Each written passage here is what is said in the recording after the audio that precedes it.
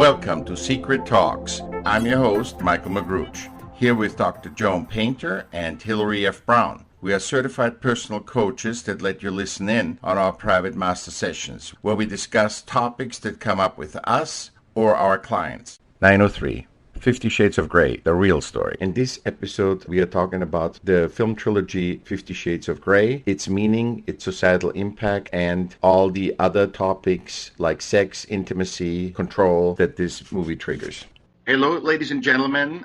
This is Michael Magruch, your host, with Dr. Joan Painter and Hilary F. Brown. Hi, girls. Hello. Hey, Michael. Hey, Joan. Today we're talking about a fad. It's not really, usually that's not our thing to talk about fads, but to me, it is so interesting, the misconception of what society delivers, and I actually wanted to almost call misinformation that comes from other people's opinion. What society says and what we take as a fact, and then just keep amplifying that false fact and creating a rumor out of something that isn't really there at all. In the time of sound bites, people just see stuff and they just go roll with it. You know, oh my God, these are the bad people. And all of a sudden everybody says these are the bad people. And then you don't want to be the one that goes against the stream. So you keep amplifying that rumor. False rumors is a perfect symptom of 50 Shades of Grey. The movie and all three books have absolutely nothing to do with S&M, BDSM, other than being talked about really briefly. There's more sex in an action movie than in this movie. Sex is what everybody writes about. So if it was about S&M, that's where the church says, don't watch this movie, it's a bad movie. That's what psychologists say, oh my God, S&M is horrible and can be very dangerous, you have to be very careful. The film isn't about that. The film has nothing to do with S&M, and it is not even an intricate factor of it. It's just a side thought, like somebody has a coffee drinking habit or an alcohol habit, and it's not Marquise de Sade, and it's not a sex movie. Based on the success of this movie, and I believe it is more the fairy tale, the prince in shining armor comes and finds the girl. But it's an adolescent story. Oh, it's like a fairy tale. Yeah, Cinderella story, basically. It's like the billionaire finds this innocent college girl that is a virgin, and even that is so archetypal. He flowers her, and it's not a big thing that she's a virgin. And the whole thing is basically a romance novel where he's the great guy, he's rich, he's protective, he's a gentleman, and this is what I don't understand is he basically is a very regular guy. By the way, Anna is never out of control. She runs the whole story. It's not an anti-woman movie. I just was surprised mostly not about the movie, this reaction to the movie to act as if this was Marquise de Sade. If that was an S&M really deep back and forth where she loves the torture and she loves to be submissive and tries to play that and he loves it. I mean, even in that, the whole scene in the whole movie about S&M with her is that she gets lashed 6 times and counts it, gets up and leaves and says, that's it. And it's the end of the first book or movie. She doesn't like it. And she says, thank you, and gets up and leaves. I still don't understand why the church is against this, why everybody else is against it, because there isn't anything there about that. And that, I think, is the biggest part that I have to say about this movie. There's no blame to be given to the movie, but society to make something out of nothing. And I think what this movie does for me, what I learned watching this movie is never, ever go what society says. Just make up your own mind, go for what you think is right, and before you have an opinion, really be sure that you know what you're talking about. I almost didn't want to watch the movie, and I would have given a complete different review had I not watched the movie. What did you think, Hilary? Going into the movie expecting nothing, I thought it was a great fairy tale movie. Like, you just get sucked into this whole cliche, one after the other, predictability. I didn't even care that it was predictable. I was like, of course he bought her a car. Yeah, like, it was so obvious, but yet, oh, it's such a cute little love story. And at the end, people were so mad because they saw the love that was being created underneath all this other, like BS that they had going on. But, we all wanted more. We were like, why is it ending? But it was cute. I agree It with was you. cute. I mean, I like I have said, no no expectations. It was good. I have no counter to what you say, Hillary. I mean, I had a friend of mine say, you know what, I heard it gets really dark to perversion, and I don't want to see that. There wasn't even a perversion. She basically said, give me all you can get so I understand what this is about. Give me a taste of it. Right, and then she decided she didn't like it. No, and she doesn't left. like it. And So he that- was like, whatever. Well, and the thing is, like, it gave the control over the woman. So the whole movie is about empowering women Absolutely. sexually, and it's sort of done in a way where it's secretive or something, because that's not what they're talking about.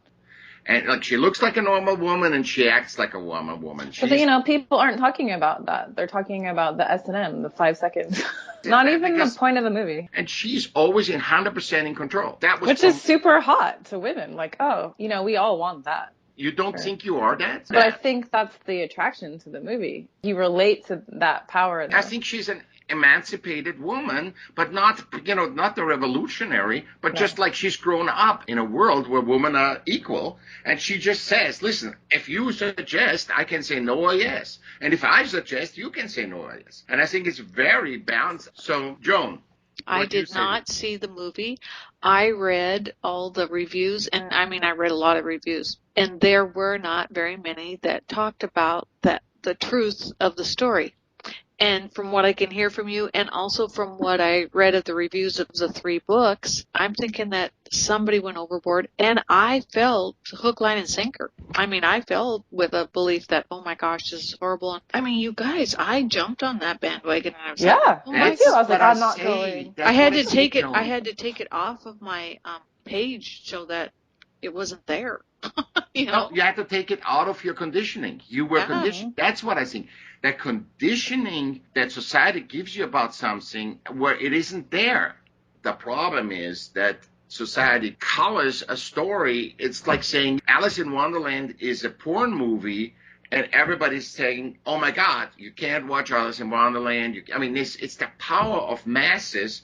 And really, I think you said everybody jumps on the bandwagon. Everybody's so distracted. Yeah, I mean, the thing is, like, when I heard about the movie coming out, oh, I don't want to see that. I didn't know anything. Yeah. But I had already prejudged that it's going to be some dirty movie it wasn't interesting to me. I go and see the movie, and I'm like, this is amazing. Nothing to do with what is in the press at all. Exactly. Like, I promote it. Go see it. You know? But I wish women would be not jumping on the bandwagon to believe this is something seedy. Right. You know, or being embarrassed about it. I think all I the don't women get that. I'm like, all, come on. It's having nothing going on.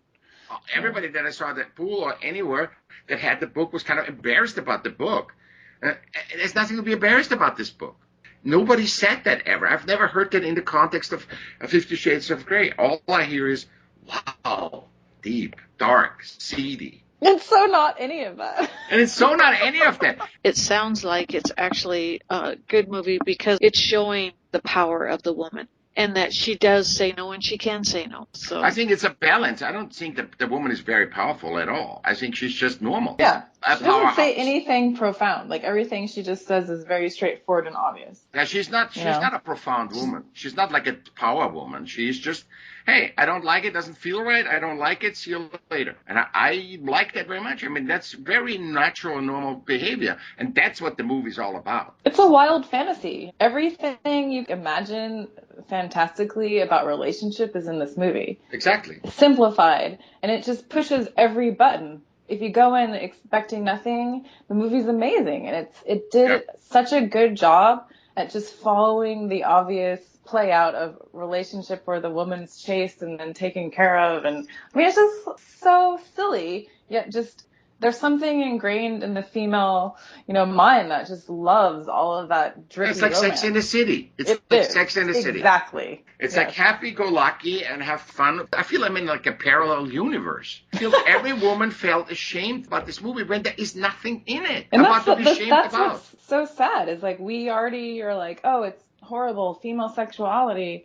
It's dirty. I don't know. Why are we like that? It's naughty and filthy and there's nothing going on in this movie that's naughty. It's brilliant. Exactly. Yeah. We have this little thread through with the S&M because it gives it a little bit more color. It's all about that he wants her to sign a contract, and it's about their freedom within the relationship rather than a contract. I want to have a contract to feel safe that we're doing the right thing. I mean, the contract isn't to put her in a corner or to catch her or to seduce her or lock her in. But wasn't that brilliant, though, to ask for the contract, though, so that she can't say, oh, my gosh, I did something that I never should do? Information and safety. No, the contract is like a safe word. If I do this with you, I want to be totally legit. Every woman wants that. Yeah. The contract is awesome. It's like, I see you Friday, Saturday, Sunday. You stay in my house in your perfect room. When you go in a relationship and you define boundaries and you know this is what it is, it's not like my interpretation and yours. It's clear.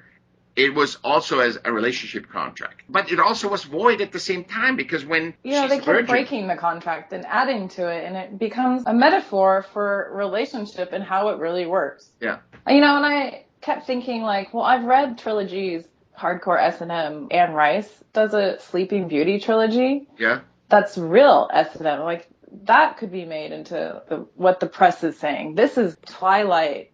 Exactly. If they want to make S&M movies that are going to really freak people out, go to Anne Rice and read her Sleeping Beauty series. Let me just shortly talk about S&M. S&M is like a foot fetish. It's an interplay. It's like making a 2-hour movie about foot fetish. There's nothing really there because it's a part of the whole.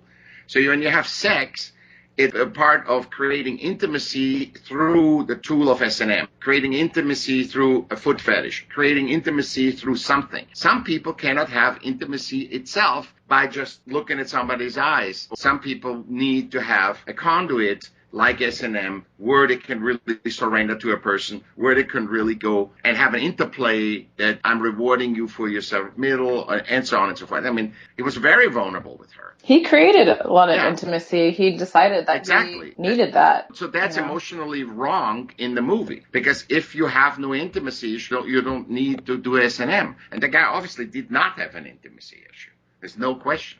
I think they were trying to portray him as having issues at the end, when he was battling, like, do I love her or not? But that's just playing on the female, desire for all that crazy that we like, That's all I have to say. Anything else, Hillary? You? I don't know. I just love that movie so much. It's so obvious. Okay. So, and you, Joan? I really appreciate hearing what you guys have to say. This was good information for me. Perfect. Thank you very much, ladies and gentlemen. This was our insights or our opinion about this movie. Would you go on a date with a movie like that, Hillary? Only if you knew the person. I think it's more like your girlfriend. It's a girl out movie, Sex in the City. Kind of stuff. Definitely. Okay, thanks so much. Thanks, you guys. For more information, go to michaelm.com. That's Michael with double L, MICHAELLM.com. On the upper right-hand side, click on Wellness Team. If you like this show, please pay it forward by sharing it with your friends and like it. Thanks to my colleagues, Hillary F. Brown at hillaryfbrown.com and Dr. Joan Painter at drjoan.com. I'm your host, Michael Magruch. Thanks for listening.